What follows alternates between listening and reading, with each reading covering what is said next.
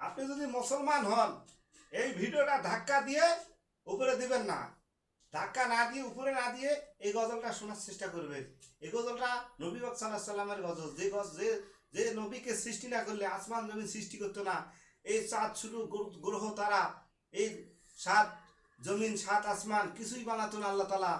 সে রাহমাত আল্লিল আলামিন, সাইদ আল মুরসালিন, খাতামান নাবিয়িন, সেই সেই বিশ্ব নবীর শানে একটা গজল বলতেছি। ও মদিনার বুলবুলি তোমার নামে ফুল তুলি। এই গজলটা আপনাদের জানা। আরো একটা বলতেছি, ও মদিনার ওই মধুর বাণী কে শোনালো হায়, কে আনিল হায়।